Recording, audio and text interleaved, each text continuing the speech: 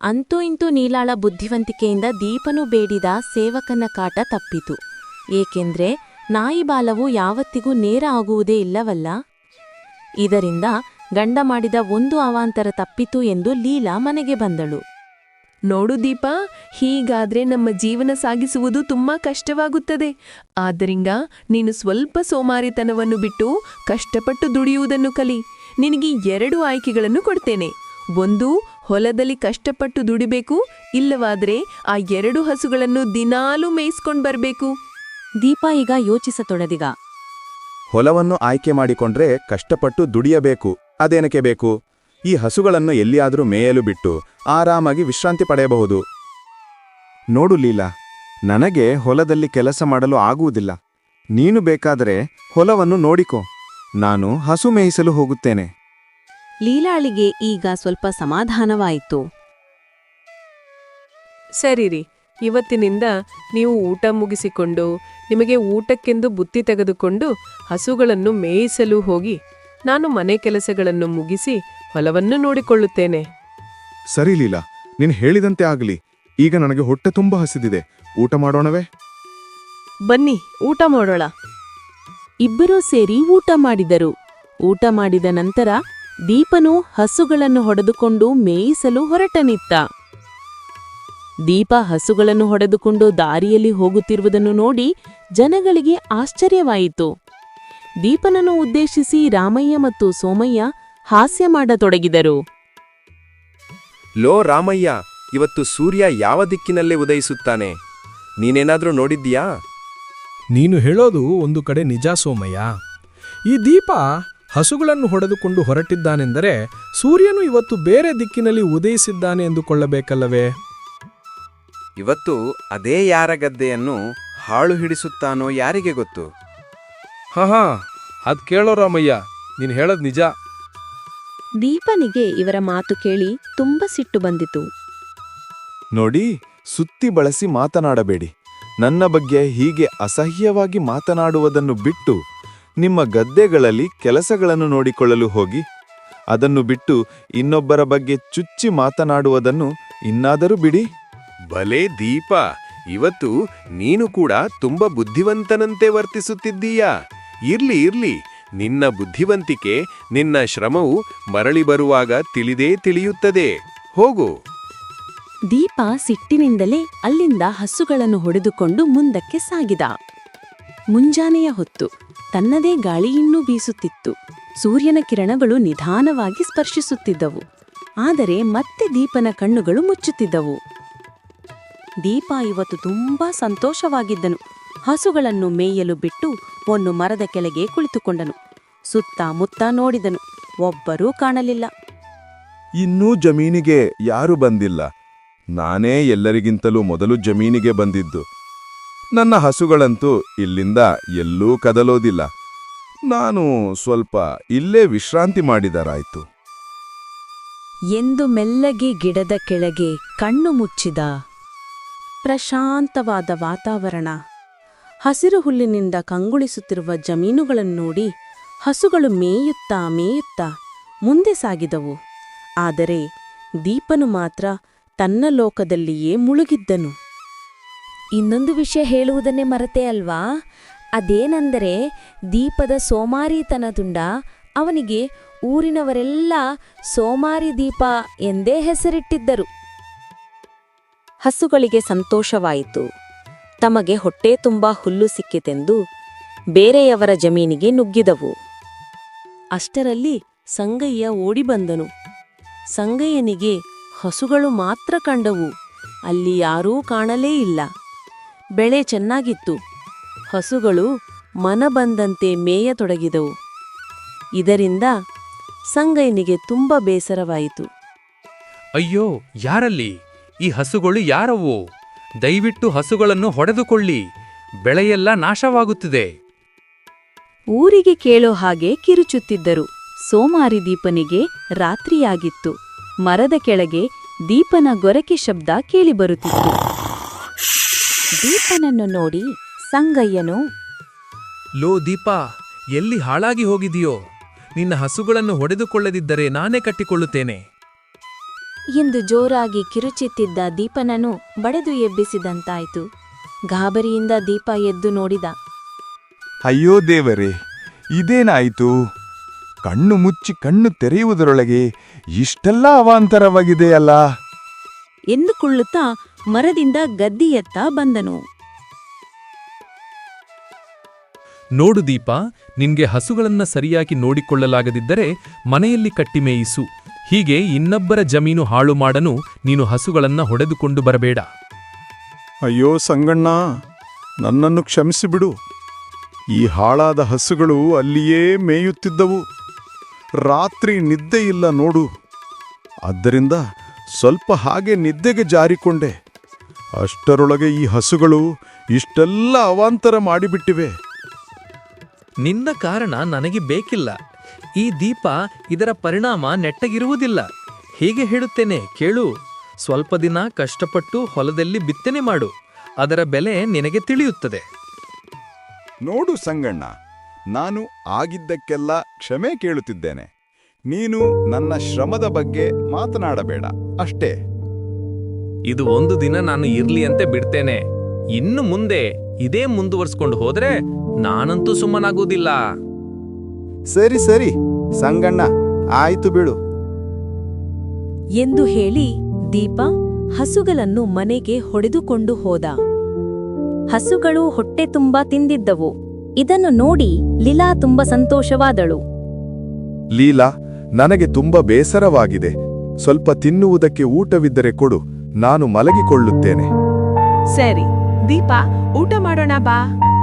ಇಬ್ಬರು ಸೇರಿ ಊಟ ಮಾಡಿ ಮಲಗಿಕೊಂಡರು. ಮಾರನೇ ದಿನ ದೀಪ ಹಸು ಮೇಯಿಸಲು ಬುತ್ತಿ ಕಟ್ಟಿಕೊಂಡು ಹೊರಟನು. ಅಷ್ಟರಲ್ಲಿ ಪಕ್ಕದ ಮನೆಯ ಮಲ್ಲಮ್ಮಳು, ಈ ಸರೋಜಾ, ಈ ಸೋಂಬೇರಿ ದೀಪ ಇವತ್ತು ಯಾರ ಹೊಲವನ್ನು ಹಾಳು ಮಾಡಲು ಹೊರಟಿದ್ದನು ಏನು? ನಿಮ್ಮದು ಒಳ್ಳೆ ಕಥೆ ಆಯ್ತಲ್ಲ ಮಲ್ಲಮ್ಮ. ಯಾರ್ ಜಮೀನು ಹಾಳಾದ್ರೆ ಏನಂತೆ, ಅವ್ರ ಹಸುಗಳು ಚೆನ್ನಾಗಿ ಮೇಯ್ದ್ರೆ ಸಾಕಲ್ಲವೇ? ಇದನ್ನು ಕೇಳಿ ಲೀಲಾಳಿಗೆ ತುಂಬಾ ಬೇಸರವಾಯಿತು. ನೀವು ಹಸುಗಳು ಎಲ್ಲಿಗೆ ಹೋಗದ ಹಾಗೆ ನೋಡಿಕೊಳ್ಳಿ. ಎಲ್ಲರ ಜಮೀನಿನ ಬೆಳೆಯೂ ಅಷ್ಟೇ ಅಲ್ಲವೇ? ಕಷ್ಟಪಟ್ಟು ದುಡಿದಿರುತ್ತಾರೆ. ಸರಿ ಸರಿ, ನಾನು ಹೊರಡುತ್ತೇನೆ. ಸೋಮಾರಿ ದೀಪ ಮತ್ತೆ ಹಸುಗಳನ್ನು ಮೇಯಲು ಬಿಟ್ಟು ಗಿಡದ ಕೆಳಗೆ ಮಲಗಿದ. ಆತನ ಕೊರಕೆ ಶಬ್ದವು ಕೇಳಲು ಶುರುಮಾಡಿತು. ಅಷ್ಟರಲ್ಲಿ ಸಂಗಯ್ಯ ಹೊಲಕ್ಕೆ ಬಂದನು.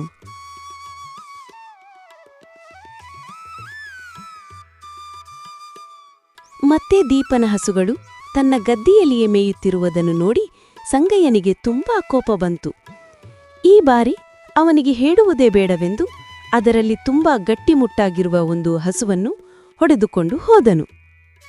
ದೀಪನು ನಿದ್ದೆ ಮಾಡಿ ಮನೆಗೆ ಹೋಗುವ ಹೊತ್ತಿಗೆ ನಿಧಾನವಾಗಿ ಕಣ್ಣು ತೆರೆಯುತ್ತಾನೆ. ಕಣ್ಣು ಇನ್ನೂ ಮಂಜಾಗಿ ಕಾಣುತ್ತಿರುವುದು. ಒಂದೇ ಒಂದು ಹಸು ಕಣ್ಣು ಉಜ್ಜಿಕೊಂಡು ನೋಡಿದ. ದೀಪ ಇವತ್ತು ಸಂಗಯ್ಯ ಬಂದೇ ಇಲ್ಲ, ನನ್ನ ಹಸುಗಳು ತುಂಬ ಮೇದಿವೆ ಎಂದು ಸಂತೋಷಪಟ್ಟುಕೊಳ್ಳುತ್ತಾ ನೋಡಿದ. ಆದ್ರೆ ಸಂತೋಷದ ಹಿಂದೆ ಅವನಿಗೆ ಗಾಬರಿಯೂ ಕಾದಿತ್ತು. ಆತನ ಇನ್ನೊಂದು ಹಸು ಕಾಣುತ್ತಲೇ ಇಲ್ಲ. ದೀಪ ಗಾಬರಿಯಿಂದಲೇ ಮೇಲೆದ್ದು ಅತ್ತ ಇತ್ತ ಹುಡುಕಾಡತೊಡಗಿದ. ಆದ್ರೆ ಆತನ ಹಸು ಎಲ್ಲೂ ಕಾಣಲಿಲ್ಲ. ದೀಪ ತುಂಬ ಗಾಬರಿಯಾದನು. ಕತ್ತಲಾಗುತ್ತಾ ಬರುತ್ತಿದ್ದಂತೆ ಏನು ಮಾಡಲಾಗದೆ ದೀಪ ಇರುವ ಒಂದು ಹಸುವನ್ನು ಹೊಡೆದುಕೊಂಡು ಮನೆಗೆ ಹೋದ. ಗಂಡನ ದಾರಿಯನ್ನೇ ಕಾಯುತ್ತಿರುವ ಲೀಲಾಳಿಗೆ ಒಂದೇ ಹಸುವನ್ನು ನೋಡಿ ತುಂಬ ಗಾಬರಿಯಾಯಿತು. ರೀ, ನಮ್ಮ ಗೌರಿಯಲ್ಲಿ ಮುಂಜಾನೆ ಅದನ್ನು ಸೇರಿ ನೀವು ಮೇಯಿಸಲು ಹೊರಡುಕೊಂಡು ಹೋಗಿದ್ದೀರಲ್ಲ, ಆದರೆ ಮರಳಿ ಬರುವಾಗ ಗಂಗಾ ಒಬ್ಬಳೇ ಇದ್ದಾಳೆ. ಗೌರಿ ಕಾಣುತ್ತಲೇ ಇಲ್ಲವಲ್ಲ, ಏನಾಯ್ತು? ಲೀಲಾ, ನನಗೂ ಅದೇ ಹೊಳೆಯುತ್ತಿಲ್ಲ. ನಾನು ಮೇಯಿಸಲು ಬಿಟ್ಟಿದ್ದೆ. ತುಂಬಾ ಬಿಸಿಲಿದ್ದ ಕಾರಣ ನಾನು ಎಷ್ಟೇ ತಡೆದರೂ ಕಣ್ಣುಗಳು ಕೇಳಲಿಲ್ಲ. ಸ್ವಲ್ಪ ಮುಚ್ಚಿದಷ್ಟೇ. ಕಣ್ಣು ತೆರೆಯುವಷ್ಟರಲ್ಲಿ ನಮ್ಮ ಗೌರಿ ಹಸು ಕಾಣೆಯಾಗಿದೆ. ನನಗೂ ಹುಡುಕಿ ಸಾಕಾಯಿತು. ಅದಕ್ಕೆ ಇದೊಂದನ್ನೇ ಹೊಡೆದುಕೊಂಡು ಬಂದೆ. ಏನು ಹೇಳುತ್ತಿದ್ದೀರಾ ನೀವು? ಮೇಯಲು ಬಿಟ್ಟ ಹಸು ಎಲ್ಲಿ ಹೋಗುತ್ತದೆ? ನನಗೆ ನಿಮ್ಮ ಮಾತು ಒಂದು ತಿಳಿಯುತ್ತಿಲ್ಲ. ನೀಲಾ, ನೀನು ಏನೂ ಚಿಂತೆ ಮಾಡಬೇಡ. ನಾನು ನಾಳೆ ಬೆಳಗ್ಗೆ ಎದ್ದು ಒಮ್ಮೆ ಊರಲ್ಲಿ ಎಲ್ಲರ ಮನೆಯಲ್ಲಿ ನೋಡಿಕೊಂಡು ಬರುತ್ತೇನೆ. ನೀನು ಈಗ ಸುಮ್ಮನೆ ಮಲಗಿಕೋ. ನನ್ನ ತಲೆ ಮೊದಲೇ ಸಿಡಿಯುತ್ತಿದೆ. ಅದರಲ್ಲಿ ನೀನು ಹೀಗೆ ನನ್ನನ್ನು ಕಾಡಬೇಡ. ಲೀಲಾಳಿಗೆ ತುಂಬ ಚಿಂತೆಯಾಯಿತು. ಹಾಗೆಯೇ ಚಿಂತೆಯಲ್ಲಿ ಗಂಡ ಹೆಂಡತಿ ಇಬ್ಬರು ಮಲಗಿಕೊಂಡ್ರು. ಮಾರನೆಯ ದಿನ ಮುಂಜಾನೆ ದೀಪನು ಬೆಳಿಗ್ಗೆ ಎದ್ದು ಸೂರ್ಯ ಉದಯಿಸುವುದಕ್ಕಿಂತ ಮುಂಚೆ ಹಳ್ಳಿಯ ಕಡೆ ನಡೆದ. ರಾಮಯ್ಯ, ನೀನೇನಾದ್ರೂ ನಮ್ಮ ಹಸು ನೋಡಿದ್ಯಾ? ನಿನ್ನೆ ಮೇಯಿಸಲು ಎಂದು ಕರೆದುಕೊಂಡು ಹೋಗಿದ್ದೆ. ಅವಾಗಿಂದ ನನ್ನ ಹಸು ಗೌರಿ ಕಾಣಿಸುತ್ತಿಲ್ಲ. ದಯವಿಟ್ಟು ನೀವೇನಾದ್ರೂ ನೋಡಿದ್ದರೆ ಹೇಳಿ. ಈಗ ನೆನಪಾದೇನಾ ನಾನು? ನಿನ್ನ ಸೋಮಾರಿತನಕ್ಕೆ ಇಂತಹ ಪ್ರತಿಫಲ ಆಗಲೇಬೇಕು. ಅನುಭವಿಸು ನಿನ್ನ ಹಸುವನ್ನು. ನೋಡಿಕೊಂಡು ಕುಳಿತಿರಲು ನಮಗೇನು ಬೇರೆ ಕೆಲಸವೇ ಇಲ್ಲವೇ? ದೀಪನಿಗೆ ತುಂಬಾ ಬೇಸರವಾಯಿತು. ಹಾಗೆಯೇ ಮುಂದೆ ಸಾಗಿದ ಸಂಗಯ್ಯನು ತುಂಬಾ ಖುಷಿಯಿಂದ ಮನೆ ಮುಂದೆ ಕೆಲಸವನ್ನು ಮಾಡುತ್ತಿದ್ದನು.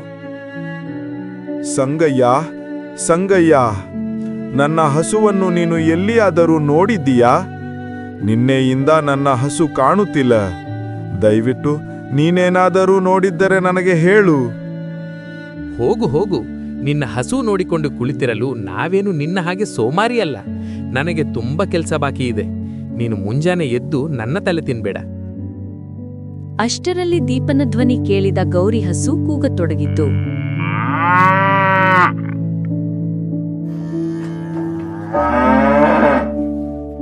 ದೀಪನಿಗೆ ತನ್ನ ಹಸುವಿನ ಧ್ವನಿ ಗೊತ್ತಾಯಿತು. ಈಗ ಸಂಗಯ್ಯನಿಗೆ ಸ್ವಲ್ಪವೇ ಭಯವಾಗತೊಡಗಿತು. ಅಯ್ಯೋ ಸಂಗಣ್ಣ, ನನ್ನ ಹಸು ನಿಮ್ಮ ಮನೆಯಲ್ಲಿಯೇ ಇದೆಯಲ್ಲ. ದಯವಿಟ್ಟು ನನ್ನ ಹಸುವನ್ನು ನನಗೆ ಕೊಟ್ಟು ಬಿಡು. ಇನ್ನೊಮ್ಮೆ ನಿನ್ನ ಜಮೀನಿನಲ್ಲಿ ನನ್ನ ಹಸು ಮೇಯಲು ಬಿಡುವುದಿಲ್ಲ. ಸಂಗಣ್ಣನಿಗೆ ಆ ಹಸು ತುಂಬಾ ಬೆಲೆಬಾಳು ಹಸು ಆದ್ದರಿಂದ ಕೊಡಲು ಮನಸ್ಸಿರುವುದಿಲ್ಲ. ಆದ್ದರಿಂದ ಅವನು, ನೋಡು, ನೀನು ನನ್ನ ಜಮೀನಿನಲ್ಲಿ ಮೇಯಲು ಬಿಟ್ಟೆ ಎಂದು ಸಿಟ್ಟಿಗಾಗಿ ನಿನ್ನ ಹಸುವನ್ನು ಹೊಡೆದುಕೊಂಡು ಬರುವಷ್ಟು ಕೀಳುಮಟ್ಟಕ್ಕೆ ನಾನು ಇಳಿದಿಲ್ಲ. ನಿನ್ನ ಹಸುವನ್ನು ನಾನು ನೋಡಿಯೇ ಇಲ್ಲ. ನಿನ್ನೆ ನಾನು ಜಮೀನಿಗೆ ಬಂದಿಲ್ಲ. ನೀನು ಮೊದಲು ಇಲ್ಲಿಂದ ತೊಲಗು. ಅಯ್ಯೋ ಸಂಗಣ್ಣ, ಅದು ನನ್ನ ಹಸುವೇ. ಹೌದು, ನೀನು ಹೇಗೆ ಸುಳ್ಳು ಹೇಳುತ್ತಿದ್ದೀಯಾ? ನಿನಗೆ ಬುದ್ಧಿ ಇದೆಯೋ ಇಲ್ಲವೋ? ಇನ್ನೊಬ್ಬರ ಹಸುವನ್ನು ನಿನ್ನ ಹಸು ಎನ್ನಲು ನಿನಗೆ ಮನಸ್ಸಾದರೂ ಹೇಗೆ ಬರುತ್ತದೆ? ಮೊದಲು ಇಲ್ಲಿಂದ ಹೋಗು. ವಿಧಿಯಿಲ್ಲದೆ ದೀಪ ಮನೆಗೆ ಹೊರಟ. ಮನೆಗೆ ಬಂದು ದೀಪ ನಡೆದ ಎಲ್ಲಾ ವಿಷಯ ಲೀಲಾಳಿಗೆ ಹೇಳಿದ. ಲೀಲಾ ತುಂಬಾ ಬುದ್ಧಿವಂತಳು. ಆದ್ದರಿಂದ, ರೀ, ನೀವೇನು ಚಿಂತೆ ಮಾಡಬೇಡಿ. ಇನ್ನಾದ್ರೂ ಸ್ವಲ್ಪ ಬುದ್ಧಿ ಕಲಿರಿ. ಇದಕ್ಕೆ ಊರ ಗೌಡರ ಬಳಿ ಹೋಗಿ ನ್ಯಾಯ ಕೇಳುವುದೇ ಉತ್ತಮ. ನಾವು ಅಲ್ಲಿಗೆ ಹೋಗೋಣ, ನಡೆಯಿರಿ. ದೀಪ ಹಾಗೂ ಲೀಲಾ ಈ ಇಬ್ಬರು ಸೇರಿ ಊರಗೌಡ ಸುಬ್ಬಯ್ಯನ ಹತ್ತಿರ ಬಂದರು. ನಡೆದ ವಿಷಯವನ್ನೆಲ್ಲ ಹೇಳಿದರು. ಸುಬ್ಬಯ್ಯನು ಮಾರನೆಯ ದಿನ ಹಳ್ಳಿಯ ಪಂಚಾಯಿತಿ ಕಟ್ಟಿಗೆ ಗಂಡ ಹೆಂಡತಿ ಇಬ್ಬರಿಗೂ ಹಾಗೂ ಸಂಗಯ್ಯನಿಗೂ ಸಂಗಯ್ಯನ ಜೊತೆ ಹಸುವನ್ನು ಹೊಡೆದುಕೊಂಡು ಬರಲು ತಿಳಿಸಿದ. ಮಾರನೆಯ ದಿನ ಊರ ಜನರೆಲ್ಲರೂ ಪಂಚಾಯಿತಿ ಕಟ್ಟಿಯ ಮುಂದೆ ಸೇರಿದರು. ಸಂಗಯ್ಯನು ತನ್ನ ಜೊತೆ ಹಸುವನ್ನು ಹೊಡೆದುಕೊಂಡು ಬಂದನು.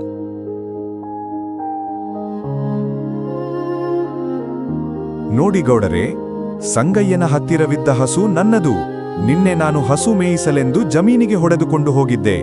ತುಂಬಾ ಬಿಸಿಲಿದ್ದ ಕಾರಣ ನನಗೆ ಕಣ್ಣು ಮುಚ್ಚತೊಡಗಿದವು. ಸ್ವಲ್ಪ ಹೊತ್ತು ವಿಶ್ರಾಂತಿ ಮಾಡುವುದರೊಳಗೆ ಈ ಸಂಗಯ್ಯ ಜಮೀನಿಗೆ ಬಂದು ನನ್ನ ಹಸುವನ್ನು ಹೊಡೆದುಕೊಂಡು ಹೋಗಿದ್ದಾನೆ. ಆದರೆ ಈಗ ಅದು ತನ್ನದೆಂದು ವಾದಿಸುತ್ತಿದ್ದಾನೆ. ಇಲ್ಲ ಗೌಡರೇ, ನಾನು ನಿನ್ನೆ ಜಮೀನಿಗೆ ಹೋಗಿಯೇ ಇಲ್ಲ. ಇದು ನನ್ನ ಹಸು. ನಾನೇಕೆ ಅವನ ಹಸು ಕದ್ದುಕೊಂಡು ಬರಲಿ?